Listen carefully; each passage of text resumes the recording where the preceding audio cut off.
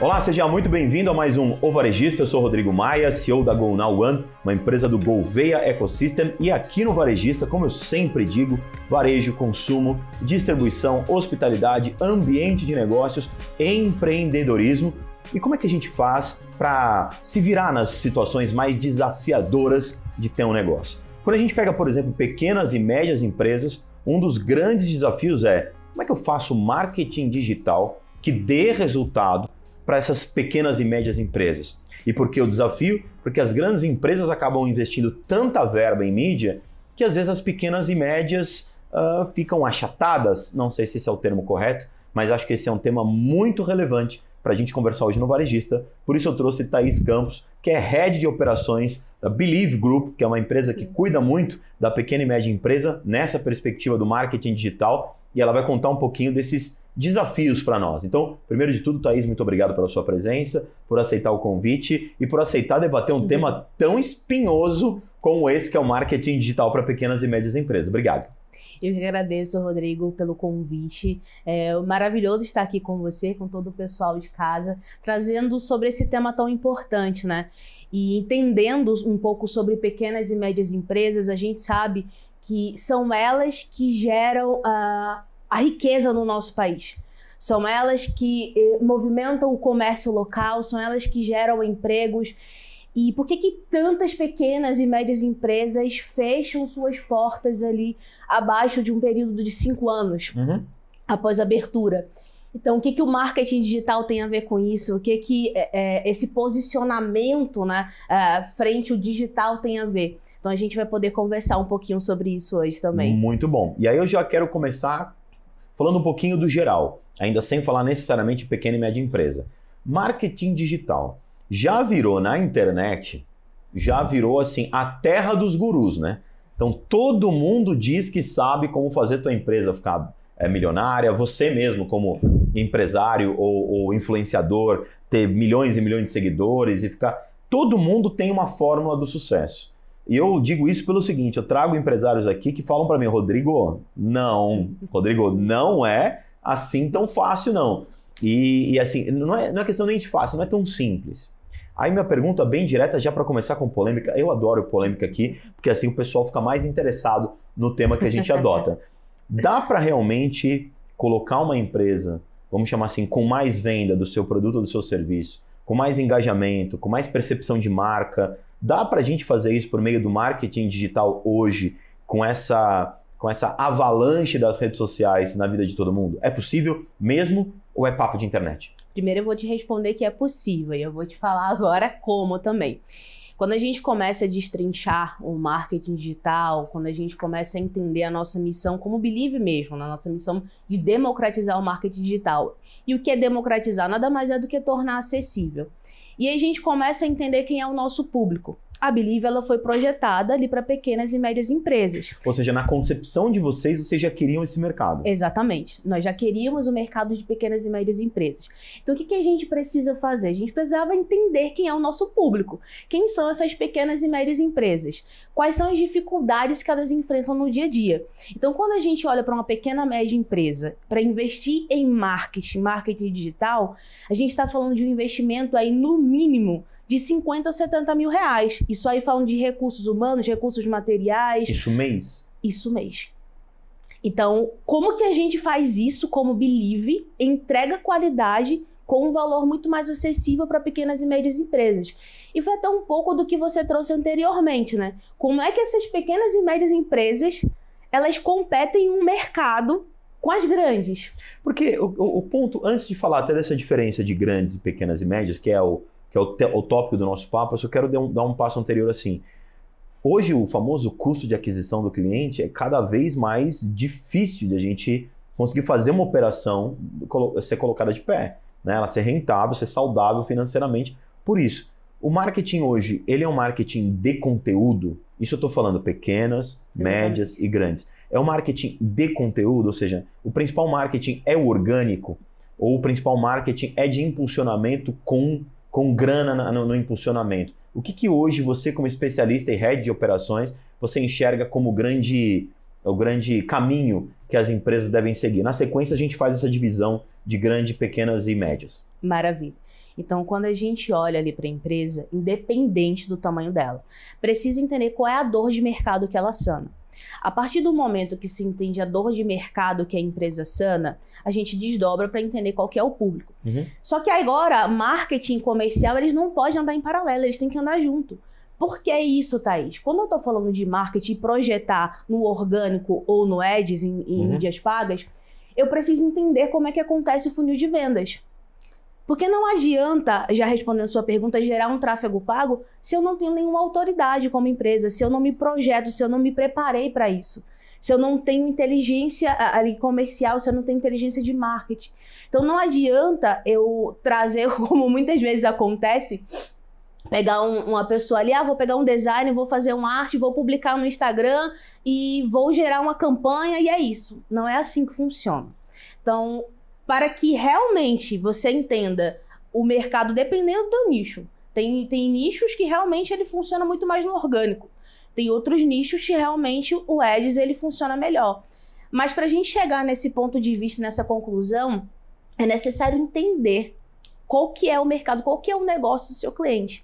Então, quando você entende isso, você projeta quem é o público dele final. Qual é o comportamento que esse público tem. Esse público, ele engaja mais no orgânico? Esse público, ele engaja mais com anúncios? Então, é todo um trabalho de inteligência que é feito. E isso a gente faz dentro da Believe. Nós temos uma área especialista em inteligência de mercado e negócios dentro dos nossos squads operacionais para entender o nosso cliente. Para entender de fato qual o nicho dele, qual o comportamento do cliente final. E a partir daí, a gente entende a metodologia orgânica, o que a gente tem que trazer no orgânico, como que a gente traz a nutrição desses leads, como que a gente educa, como que a gente apresenta valor, seja do produto, seja do serviço, como que a gente engaja ele, como que a gente se projeta como empresa.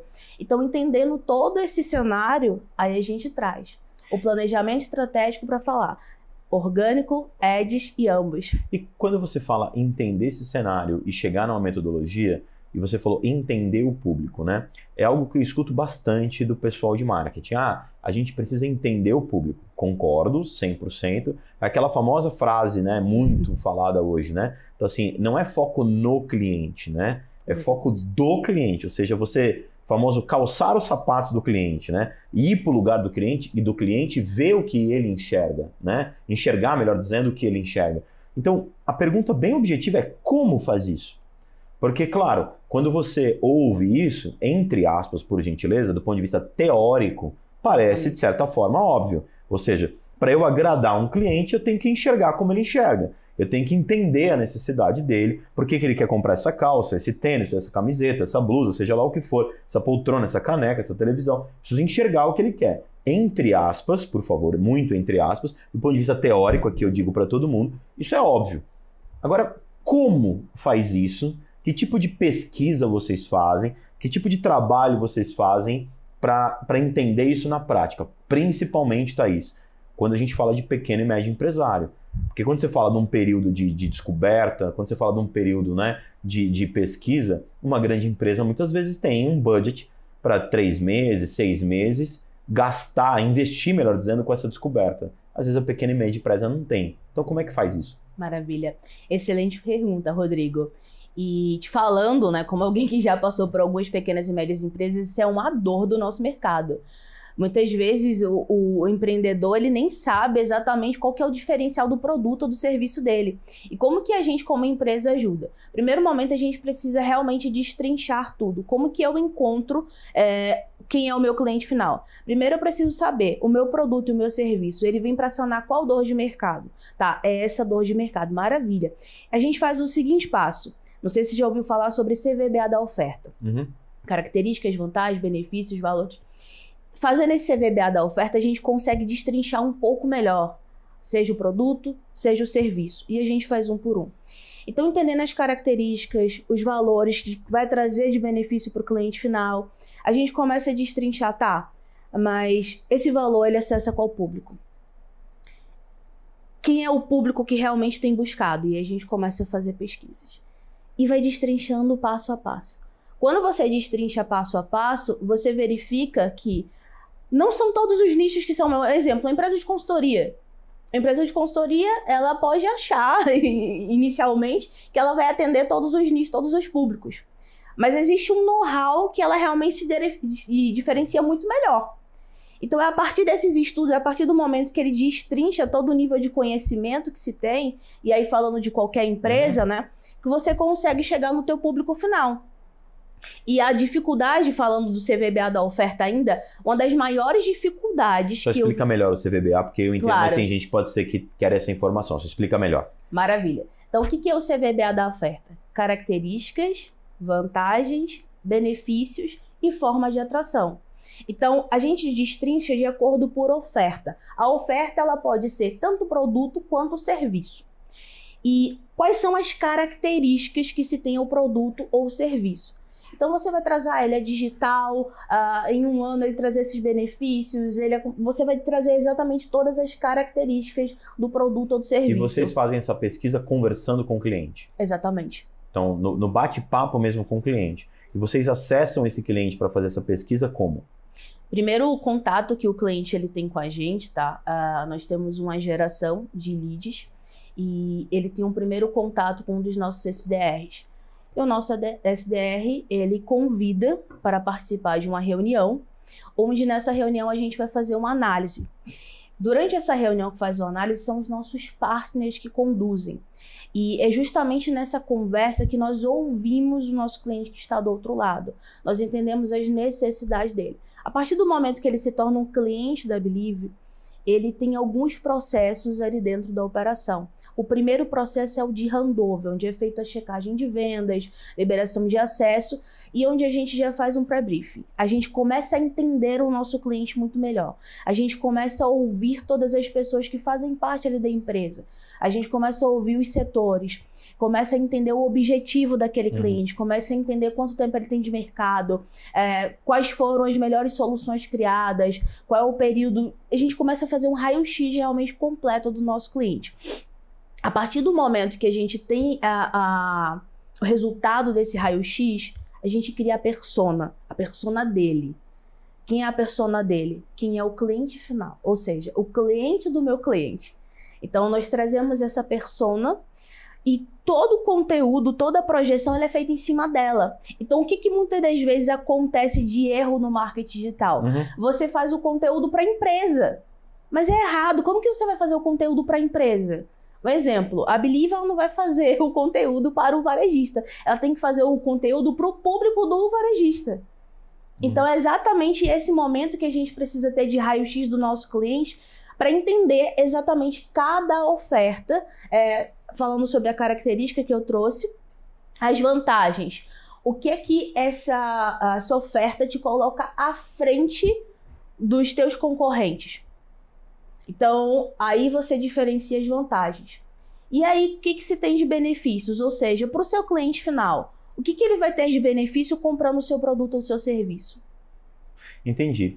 E nesse sentido, quando a gente pensa de um trabalho de pesquisa como esse, para chegar no que esse cliente final realmente quer, deseja para você, como falou bem, fazer uma campanha, fazer um incentivo, fazer uma promoção, uma oferta, seja como for, para o cliente, quanto tempo para você chegar nessa conclusão de pesquisa, para quem está assistindo a gente entender assim, eu vou começar a fazer esse trabalho no dia 0, quantos dias depois, mais ou menos, claro, isso depende muito de nicho, etc., quantos dias mais ou menos vocês entregam isso para o cliente que quer fazer?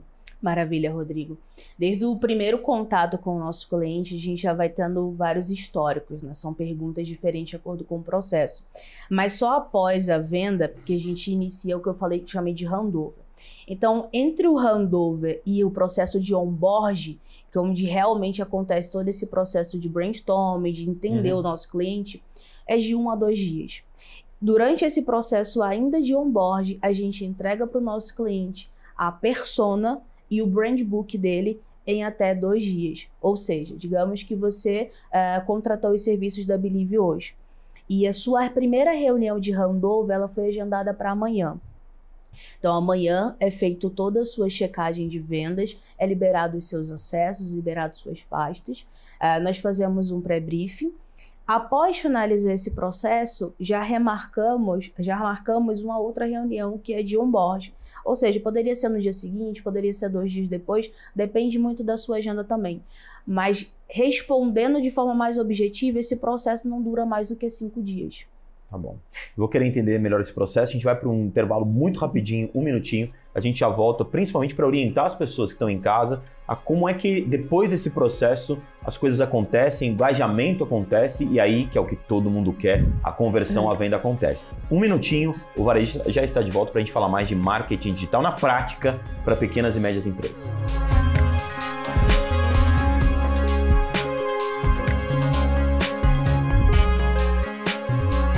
Como eu sempre falo, rapidinho intervalo, voltamos aqui na BMC News com o varejista. E aí, a Thaís Campos, que é Head de Operações da Believe, estava dizendo pra gente da primeira etapa do marketing digital, que é fazer essa identificação da persona. Ela explicou uma metodologia específica que eles têm. E agora eu falo, tudo bem, enxergamos essa persona aí.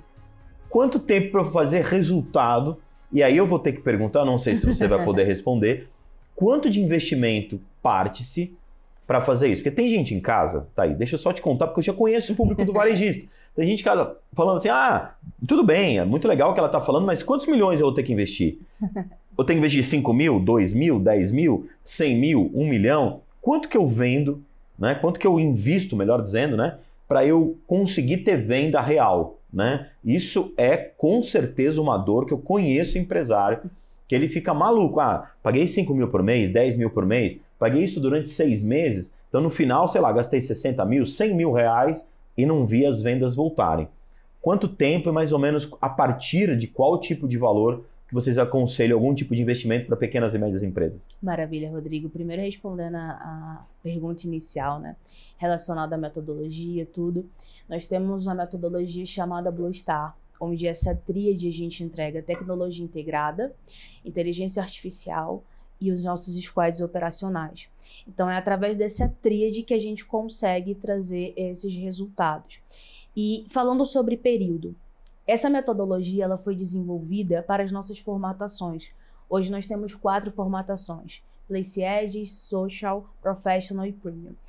Cada uma dessas formatações ela é para um público diferente, para um cliente que já está preparado ou não, e aí a gente vai diferenciar justamente nesse diagnóstico.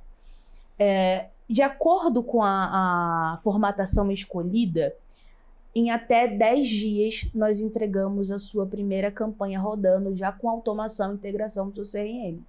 Então assim, é um processo que ele vai até 10 dias. Aí o porém é o seguinte: você só precisa se comprometer conosco de participar das nossas micro reuniões de aprovação, ou seja, D1, D2, D4, D6, D10. Então, se você se compromete com a Believe de participar das nossas micro reuniões de aprovação, o seu projeto, né, desde a sua persona, brand book, planejamento estratégico, LP, todo o processo que é necessário, a sua primeira campanha de automação, ela é entregue até o D10. Então, respondendo essa pergunta. E aí você trouxe uma outra relacionada justamente à parte de investimentos. E eu digo isso pelo seguinte, Thaís, é uma dor. Sim. Conheço, tá? Conheço, sei como funciona, então todo mundo está ansioso para imaginar. Principalmente porque no público aqui da BMC tem muito pequeno e médio empresário. Maravilha, Rodrigo. E realmente é uma dor. O que infelizmente acontece hoje no mercado? Você tem lá a sua empresa e você não tem marketing. Às vezes é a pessoa do comercial que cuida do marketing, que cuida do financeiro, que cuida do jurídico, que cuida de tudo. E é realmente a realidade que a gente vive hoje. Não, eu faço aqui uma arte, é só publicar realmente no Instagram, no Google, joga ali no Ads e deixa. Só que isso gera um prejuízo absurdo no investimento. Então, como que a gente faz com Believe? Eu preciso dizer também que muitos dos nossos clientes às vezes chegam com essa cabeça de eu só realmente quero que faça a campanha, mas não é assim. Então, a parte do investimento, a gente faz toda essa análise e não adianta você entrar achando que com 1 mês, com 2 meses, você vai ganhar milhões com a sua empresa. É uma projeção que ela acontece por um processo. Então, o processo ali do primeiro mês, nós estamos acertando a campanha para o seu público. E é necessário se fazer ajustes. É necessário entender o comportamento que está tendo. Por isso que a gente tem um squad com vários analistas. Uhum. Então, quando você fala de squad, você está falando de times assim multidisciplinares, ou seja, de pessoas de diferentes áreas que compõem um time que vai auxiliar essa empresa, é isso? Exatamente, Rodrigo. Então, os nossos squads hoje são times com vários especialistas, onde a gente tem estrategista, analista de mídias pagas, designer. Cada squad, ele cuida de uma carteira de clientes nossos. Tá. Então, esses especialistas, eles estão a todo momento fazendo a análise dos nossos clientes. Eles estão acompanhando o comportamento que está acontecendo. Eles estão acompanhando as campanhas. Então, quando a gente fala sobre investimento em campanhas, o inicial é a partir ali em torno de R$ 1.200, R$ 1.000, é o que a gente indica para se começar. Não adianta você entrar contratando os nossos serviços, investindo em um valor de 100, 200, 500 e achando que vai mudar toda a realidade da sua empresa. Não é assim que funciona. Infelizmente, foi aquilo que você trouxe no começo.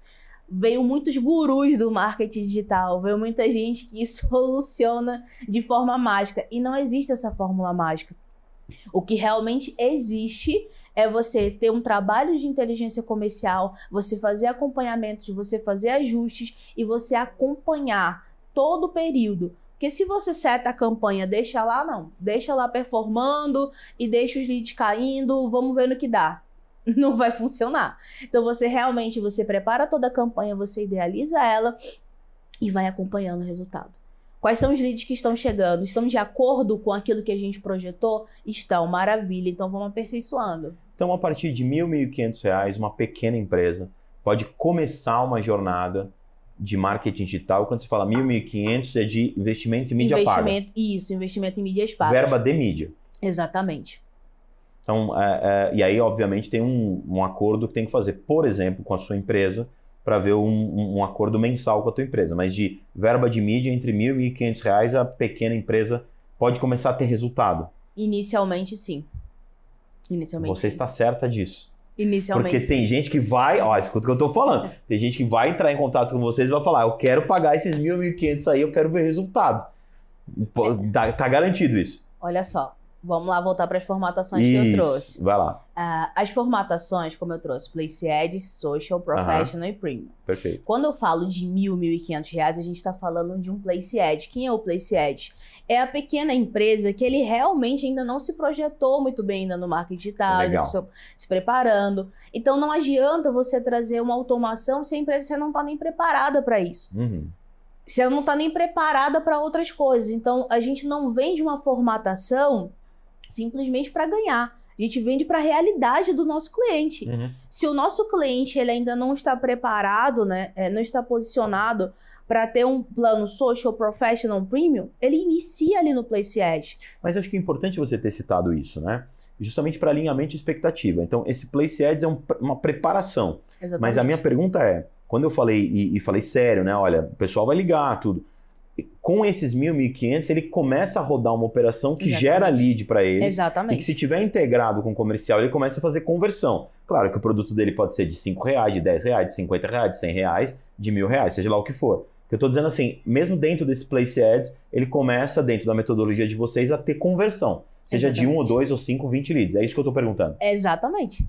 A partir de R$1.000, R$1.500, ali é o que a gente indica inicialmente para um Place Ads. Óbvio que a gente não indica isso para um Professional, para um Social, mas num Place Ad sim. E ele começa a ter essa geração de leads e ele recebe, seja onde foi setado, seja no CRM, seja no WhatsApp, para que ele possa trabalhar esses leads.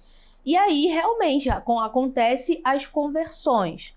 Então, ele tem todo esse período de preparação. E realmente, quando foi setado as formatações da Believe, a gente sempre conversou sobre isso. Tem nossos clientes, alguns não estão preparados ainda para essa formatação. Então, vamos começar por aqui, vamos preparar ele, vamos organizando e daqui a pouco pode fazer um upsell. Ou seja, ele pode migrar para um plano, uma formatação maior. Então, é feito esse trabalho dentro da Believe. Mas é legal que ele migra para uma formatação maior se ele atingir determinados objetivos na formatação menor, né? Exatamente. Por isso que esse modelo que vocês têm, vamos chamar assim, voltado para pequenas e médias empresas, ele faz sentido porque respeita esse crescimento, essa curva de maturidade digital que as empresas têm. E aí minha pergunta é, os empresários hoje têm essa visão madura do marketing digital? Ou como você disse lá no primeiro bloco, Tem empresário que acha que, tô aí, faz aí e eu só quero dinheiro caindo na minha conta. Polêmica. Realmente, a realidade é que muitos chegam achando que realmente é investir em ads e tá tudo certo, e ali você vai ficar milionário, a sua empresa ela vai ganhar realmente rios em apenas um mês porque setou campanha. Então é uma realidade que é verídica. E trazendo pra gente como Believe, né, a nossa missão é também educar esse nosso cliente.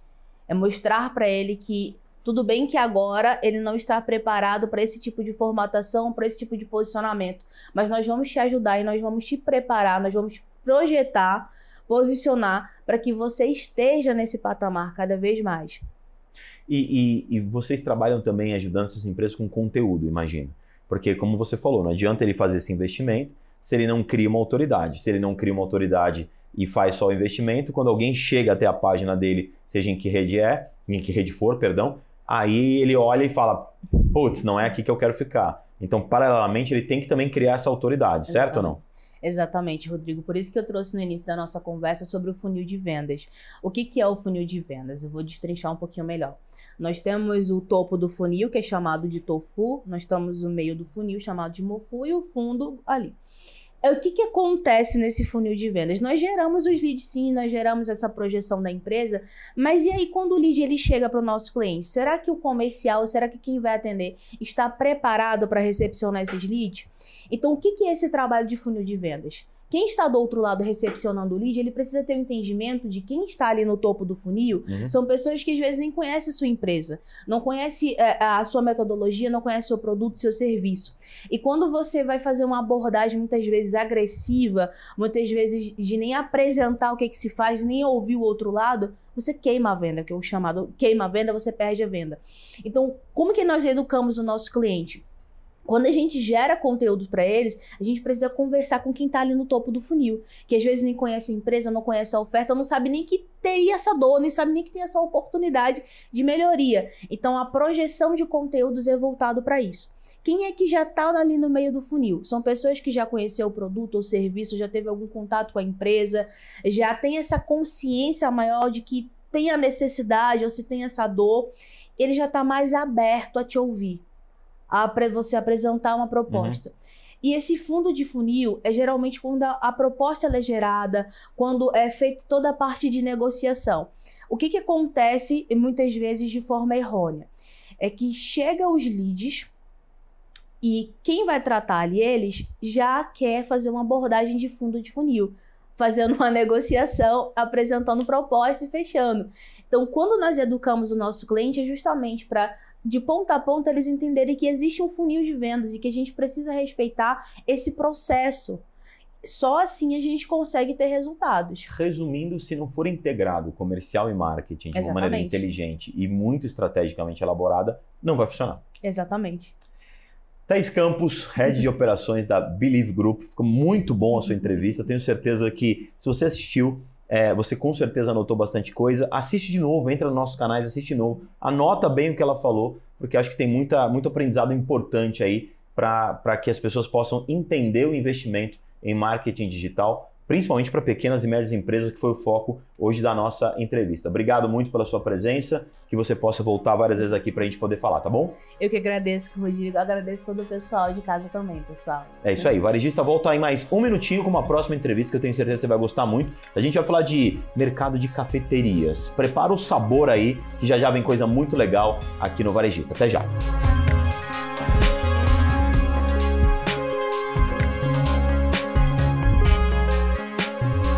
Começamos o segundo bloco do Varejista e, como eu prometi no final do primeiro bloco, um papo mais saboroso, vamos chamar assim, já que a gente vai falar de café. Na verdade, a gente vai falar de uma cafeteria que está fazendo sucesso na sua expansão, que é a Mais Um Café, mas principalmente para entender esse modelo de negócio, o que tem de diferente na Mais Um Café, que pode atrair você, empresário que assiste a gente, você que quer abrir um negócio novo. Vamos entender esse modelo, ver se é bom mesmo, e você já me conhece. O que tem aqui de provocação é sempre muito importante a gente colocar isso para que eu me sinto assim à vontade para fazer a pergunta que você em casa faria. Ou seja, perguntas diretas e não aquela entrevista que eu só pergunto a formalidade. E o Wilson, né? É isso aí. Que está aqui, Wilson Guerin, falei certo sobre o sobrenome? Falou certinho. Wilson Guerin, que é sócio fundador da Mais Um Café, aceitou vir conversar sobre tudo isso aqui, vir conversar com a gente. Primeiro de tudo, muito obrigado aí pela sua presença. Obrigado, Rodrigo. Obrigado pelo convite. Para mim é um prazer enorme falar de negócio e falar de café é a coisa que eu mais gosto. Então, obrigado pelo convite. E você é um cara que gosta muito de café, não?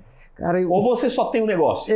Então vou te falar o seguinte, a ideia do negócio veio antes do sabor pelo café, sabe? Eu passei a ser apaixonado pelo café depois de decidir empreender com o produto. Mas você então não era um amante de café? Não. Isso é uma coisa curiosa. É meio que tradicional no ambiente de café você carregar uma tradição, tanto de consumo quanto de família. Então é muito comum, principalmente no ambiente de franquias. É muito comum a pessoa ser empreendedora do café, ter uma cafeteria e evoluindo ela até decidir virar um franqueador. O nosso caminho foi o inverso. Como é que foi esse caminho? Já aproveita então? Nós já éramos franqueadores antes, de outros segmentos, de outras marcas. Eu vivo do sistema de franquia há mais de 15 anos. Então vamos lá. Então assim, a Mais Um Café foi uma nova história de um segmento de franquia. E você atuava em que segmento antes? Eu comecei como franqueado de outras marcas. E eu comecei no segmento de estética. Então, aqueles franqueados que tem 2, 3, 4 marcas diferentes. Exatamente. Famosos multifranqueados. Comecei, eu tinha 23 anos, montei a primeira franquia e fui subindo. Comprei 2, 3. Então eu fui aprendendo a trabalhar como franqueado. E ali eu me desenvolvi. Logo depois me tornei master franqueado de uma segunda marca de educação. Então eu saí da estética e fui para a educação. Mas aí quando você fala sair, você migrou mesmo ou manteve as duas? Mantive. Mas aí eu fui buscando, saí da franquia de estética como franqueado e fui para master franqueado de educação, escola de inglês bilíngue, escola infantil bilíngue.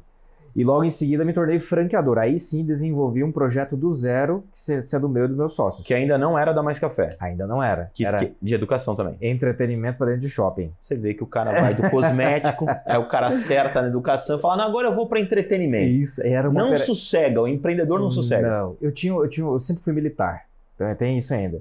Então, antes de me tornar franqueado, eu era militar. Farmacêutico, bioquímico do Exército. Nossa. E aí, quando eu decidi empreender, foi comprando uma franquia. Não sabia empreender, era militar. Decidi montar um negócio, eu acho que franquia é um bom caminho. E fui buscar área de saúde, porque a minha formação principal... Sim, foi onde você começou. Por isso que se aproximou do cosmético. Isso, da estética. Da estética. Aí eu fui da área de saúde, eu entendo um pouquinho, acho que empreender vai ser mais fácil. E comprei uma franquia, porque eu não entendia de negócio. E ali entendi que eu podia empreender, atuando diretamente no varejo, 1, 2, 3 operações. E falei, não, quero um segundo nível agora de coordenação de gestão. Master franquia. Peguei a marca de alguém e era responsável por essa marca dentro da região sul do país. Ali eu tive que me desenvolver a vender franquia e a ensinar outros empreendedores a empreender com franquia. Foi aí que você percebeu que aí tinha um outro... E aí eu comecei a perceber que tinham brechas no sistema de franchise que se eu cobrisse, eu poderia criar uma marca do zero, nova, e que ia ganhar grande escala no Brasil se eu entregasse algumas coisas diferentes. O que eu peguei? A minha experiência do Exército, com operação de tiro, eu e minha esposa, nós dois éramos militares, fiz a sociedade com meus sócios atuais da Mais Um Café, e falei, vamos fazer uma rede de franquias de tiro ao alvo. E a gente fez simulações de tiro, uma franquia linda, se chama Sniper, existe até hoje, desde 2016, então ela está praticamente há 10 anos no mercado. Foi a maior franquia de entretenimento do Brasil por muito tempo. Até a pandemia a gente estava Claro, a pandemia maior, destruiu bastante. Né? E era 100% em shopping. Lojas lindas, lojas de 200 até 1.000 metros quadrados. E era uma loja muito bem decorada, muito bonita, ela simulava a operação de tiro. E ali foi a nossa primeira experiência como franqueador. Então eu saí de franqueado, master franqueado e franqueador. Trabalhando muito bem, a gente estava no auge, a fazer quase 5 anos essa rede, e aí decidimos fazer o quê? Meus sócios. Essa franquia de entretenimento era específica para shopping. Claro. Tinha uma dificuldade muito grande, que era mostrar para o público o que nós fazíamos. O cara chegava e via Sniper. Mas o que a Sniper vende? Como é que é? Então eu tinha uma barreira, que era explicar para o meu cliente o que eu podia entregar para ele, o quão bom era consumir o produto. Então era uma barreira grande, apesar disso a gente ultrapassou, a marca funcionava super bem, sucesso em todos os shoppings. A gente começou a pensar o seguinte, eu e meus sócios, cara, vamos criar uma franquia que tem um produto que eu não tenho que explicar o que é. Então, aí é que veio o café. Entendi. Então, nós já tínhamos mais de 80 operações, só que ela tinha uma limitação para crescer, porque era a quantidade de shoppings. Claro, se não pode ir fora do shopping, você tem que ter um shopping que tenha porte para uma loja de 200 metros, por exemplo. Exatamente, que tem aporte de entretenimento, tem aporte de público-alvo. Nosso público-alvo era B e C, e um pouquinho do público B+. Então, tinha uma categoria muito específica. Então, espaços dentro do Brasil já estavam praticamente ocupados. Limitados, né? Exatamente. Então eu e meus sócios começamos a pensar, cara, vamos fazer uma rede de franquias que a gente possa crescer mais, que a gente não tenha limitação de território, de espaço físico. E a gente começou a desenhar o plano de negócio da Mais Um Café. Até então não sabíamos o que seria café. E a gente começou a desenhar a característica do negócio. Então isso é bem interessante, Rodrigo, porque a gente começou a pensar o seguinte: um produto que eu não tenho que explicar o que é, mas eu não sabia o que era. A gente pesquisou chocolate, acessórios femininos, acessórios de celular, cosméticos, a gente pesquisou vários produtos no mercado. E a ideia era criar um sistema onde ele entregasse um formato um pouco diferente para criar percepção de valor. Tinha que ser de rua, não exclusivo shopping. Tinha que ser rua ou shopping ou aeroporto, mas que não fosse exclusivo de nenhum ambiente. Espaços menores, porque o nosso era de 200 a 1.000 metros quadrados. Então a gente criava um espaço pequenininho de 20, 30 metros quadrados. Lá era serviço, a gente queria que fosse o produto a estrela do negócio. Tínhamos muitos funcionários, 10 a 15 funcionários aqui. Falamos, vamos fazer um negócio que tenha 2 funcionários. Então a gente desenhou todo o plano de negócio primeiro, que seria franqueável um dia. E aí no final das contas a gente falou, poxa, o café. O brasileiro consome café há muito tempo. Ele sabe que é o produto. Ele já tem esse hábito. Então, se eu simplesmente fizer uma roupagem de como entregar isso com muita qualidade, mas com velocidade e praticidade, talvez a gente tenha um mercado que ainda não tenha sido consumido. Foi aí que surgiu a Mais Um Café. A Mais Um Café. Entendi. Exatamente. Então, é um caminho empreendedor que você tem aí de quantos anos para chegar nessa... A Mais Um Café hoje está com 5 anos. Não, mas você no caminho que você começou lá atrás com estética. São 17 anos. São 17 anos. Comecei com 23, tenho 40 agora. Meu primeiro contrato de franquia foi com 23 anos. Entendi. E aí, tudo bem. Só que aí quando você pega, por exemplo, o café, e isso interessa muito para quem assiste o programa, né?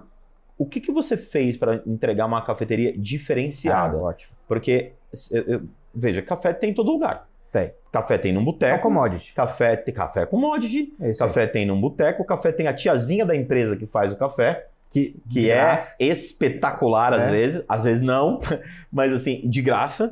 Tem cafeteria de tudo que é porte, tem loja de chocolate que virou cafeteria. Exatamente. Então, se tem uma coisa espalhada nesse Brasil, é em qualquer shopping ou qualquer esquina, um lugar que você pode tomar um café. Se ele vai ser bom ou não, se a experiência vai ser boa ou não, uma outra história. Mas café tá aí. O que você fez para ter um diferencial? Acho que isso é muito importante para quem está assistindo a gente. A primeira, assim, todo esse cenário que você desenhou fez a gente entender, esse mercado ele é de consumo, de grande giro. Mas como é que eu vou entrar depois... E a gente tem rede de franquias de cafeteria de 20, 30 anos de mercado. Consolidadas mesmo. E o que nós pensamos? Quando a gente começar a pesquisar o produto, nós percebemos que o Brasil é o maior produtor de café. De alta qualidade. Só que esse produto é todo exportado. A gente falou assim, mas por que esse produto não fica no Brasil? Porque ele é caro. É um grão muito selecionado, então ele é mais caro. E o brasileiro, como você falou, tem café de graça, tem café... A gente costuma dizer que o maior consumidor de café no Brasil é o ralo da pia. Porque é o café, ele vai embora. Você faz a térmica e sobra. Essa é boa. Então, e o que a gente percebeu? Que esse grão muito selecionado tem um alto valor de mercado e ele é vendido para fora. Poxa, e se o brasileiro começasse a consumir esse produto?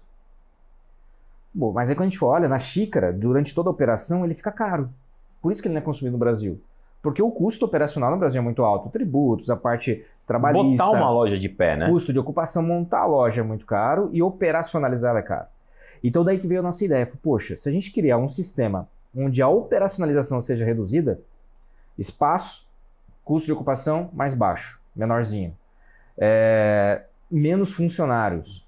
Um sistema inteligente operacional que eu tenho menos perdas possível. Eu consigo ter o melhor produto com preço de mercado tradicional.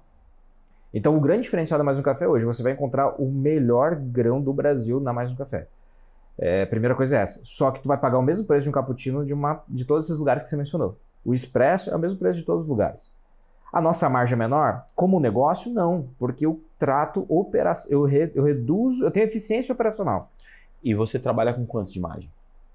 Mais ou menos. De margem, tu fala para o cliente final? É.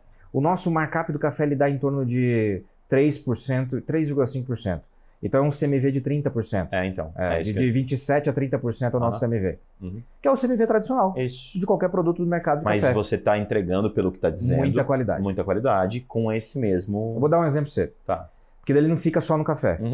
Poxa, se eu quero ser reconhecido por qualidade, entregando muita praticidade e agilidade, então você chega lá, tem um autoatendimento, tem tecnologia. Nós desenvolvemos toda a tecnologia da Mais Um Café desenvolvida própria. Então eu tenho um autoatendimento, eu já evito um atendente no caixa, aquela morosidade de, qual é o teu pedido, faz isso, manda lá para a cozinha preparar e tal. Então toda essa morosidade, o garçom acabou. Então é muito prático, é muito rápido. E aí eu diminuo despesas. Então eu aumento meu CMV, tá mais caro, e o preço de mercado é igual. Então teoricamente minha margem é pior. Mas o meu custo operacional ajuda. E é aí que você recupera essa margem. E eu tenho que entregar qualidade. Pra você ter uma ideia, eu trago um croissant lá da França. O meu croissant, ele é francês. Eu boto no navio, trago para cá para vender para o brasileiro o croissant francês. O meu pastel de Belém é português. Hoje a indústria portuguesa se instalou no Brasil, porque a gente começou a vender tanto pastel de Belém que eles acharam interessantíssimo o mercado e vieram para cá. Hoje eles estão em Santa Catarina. Mas era um pastel de Belém que eu trazia de Portugal. O meu donuts, ele vem da Polônia. Eu vou lá na Polônia, na fábrica polonesa, coloco o donuts no navio e trago para cá. Por quê? Porque eu estou falando tudo que é melhor. Meu pão de queijo é mineiro.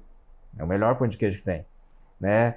Então, tudo isso eu vou trabalhando dentro da cafeteria, muita qualidade. Com eficiência operacional, eu consigo ter como dono de negócio boa margem, mas entregar muita qualidade e com preço de mercado. Entendi. Então, assim, o ponto do diferencial é eficiência operacional, totalmente, alta qualidade para você se diferenciar. Exatamente. Eu vou ter que fazer um intervalo rapidinho de 1 minuto, a gente volta para entender como é que está o seu modelo de expansão, como é que estão os franqueados, quantas lojas vocês têm, e aí a gente vai esmiuçar um pouquinho esse modelo, vou te fazer umas provocações, perfeito, obviamente, para o pessoal de casa entender. 1 minutinho, a gente tá de volta para o segundo bloco para a gente continuar, na verdade, esse papo saboroso aqui sobre cafeteria. Quem sabe depois eu não ganho um voucher aí no final para ir lá experimentar se esse café é bom mesmo. Um minutinho a gente tá de volta.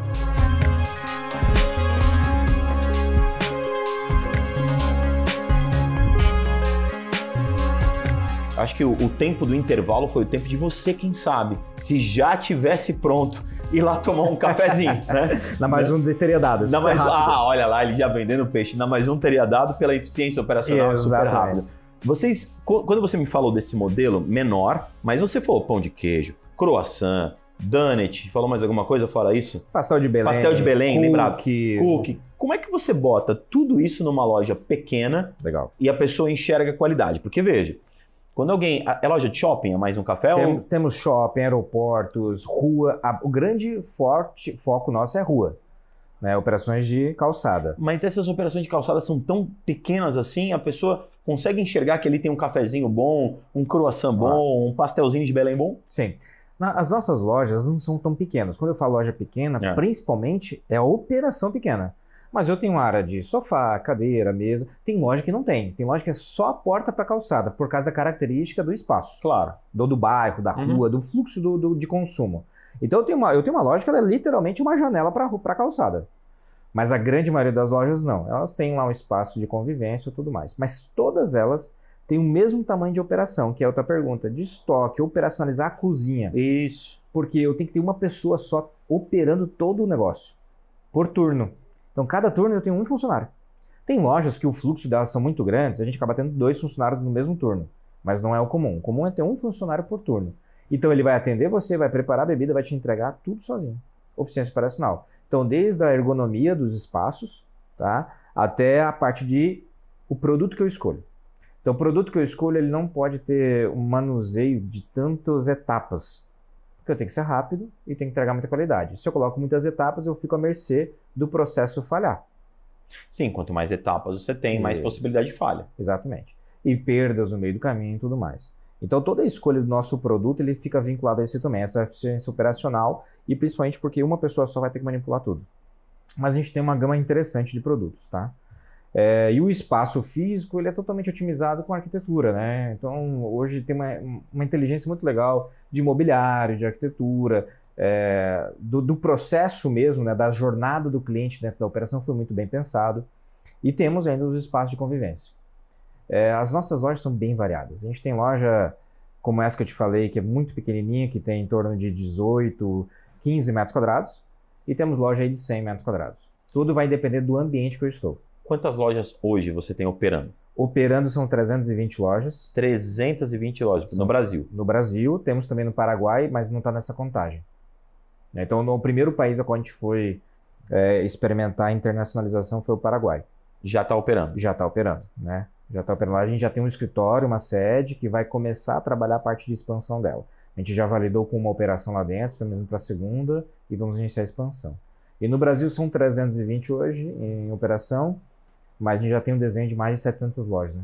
Já tem mais de 700 contratos. Você cresceu de 0 a 320 em quanto tempo? A marca está no mercado há 5 anos. Em 5 2020. anos. A primeira loja foi aberta em 2020, na pandemia? Foi em dezembro de 2019. A pandemia foi março de 20? Março, 3 meses antes da pandemia. Quando deu a pandemia, nós tínhamos 4 lojas abertas. E foi loucura aquilo lá. Mas do mesmo jeito que ela foi uma loucura, principalmente, como eu te comentei, né, da nossa outra marca, que era 100% em shopping. Então, quando a gente entrou na pandemia, eu tinha uma rede de 80 lojas 100% fechadas na pandemia. Da noite pro dia, shopping. E que foi o último segmento a abrir no mercado brasileiro foi o entretenimento de shopping. Né? Todos os outros foram abrindo e o entretenimento de shopping foi o último. Até porque o entretenimento tem mais contato, tudo, do que uma loja que dá para você separar. E ambiente fechado de shopping, ainda tinha tudo isso. Então nós somos os últimos. Então esse momento de pandemia foi incrível, porque a gente teve... E aqui eu estava com 4 lojas iniciando, há 3 meses. Então ali foi um processo de escala muito grande, que a gente decidiu botar muita energia. E ela estava muito preparada para a pandemia, porque era uma pessoa só, tinha muita tecnologia, então você não tinha contato humano.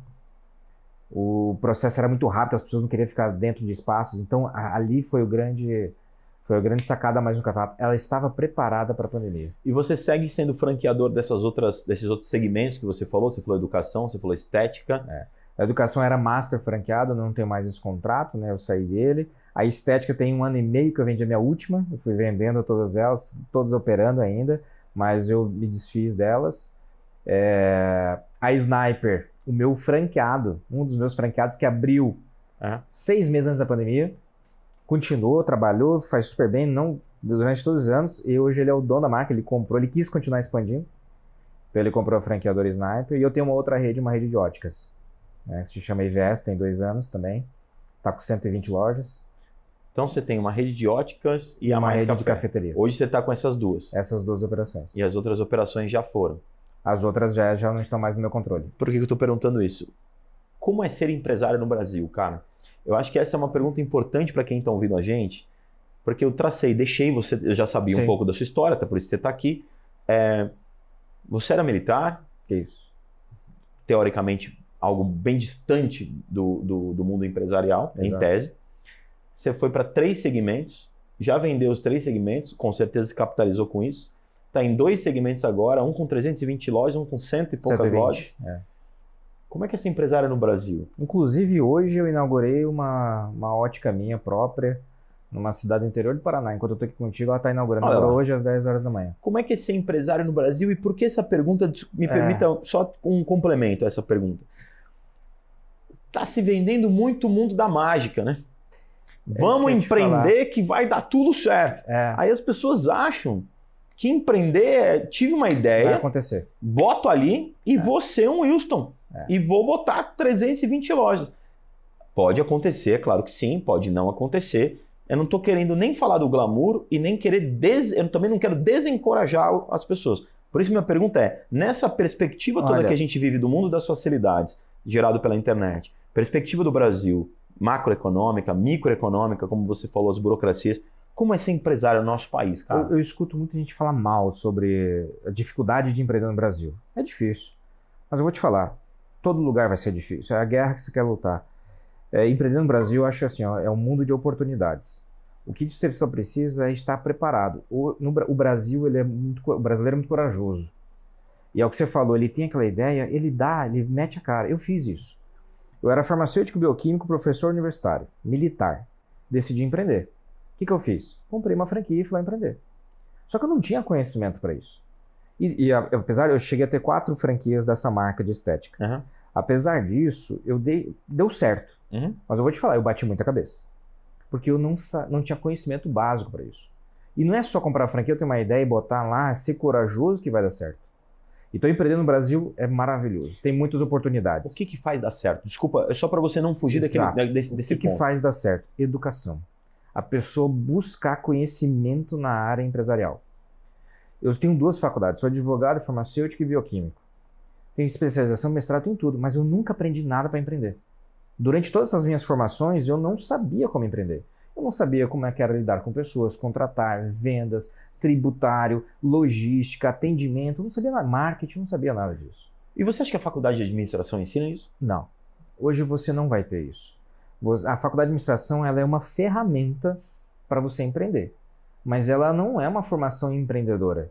Ela não é uma formação, você tem que ser empreendedor e empresário. Então a faculdade de administração ela é uma grande ferramenta, ela é crucial. Eu adoraria, dentro das minhas faculdades, ter feito administração. Eu teria ganhado já um gap de tempo. Mas assim, respondendo a pergunta, empreender no Brasil é fantástico. Você só precisa estar preparado e buscar conhecimento para isso.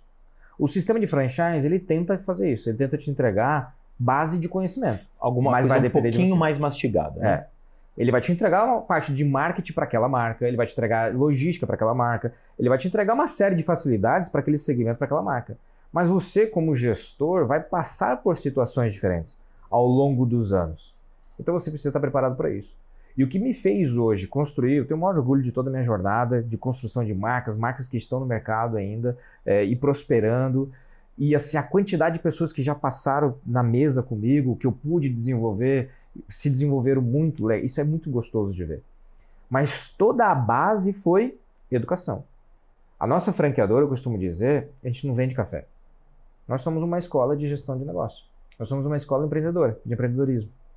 Então, a Mais Um Café, mais do que vender café, ela vende conteúdo e educação para empresários. É o que a gente mais faz lá. E dentro do meu prédio, lá da nossa sede, nós temos 2 auditórios e 5 salas de reuniões que estão sempre cheias.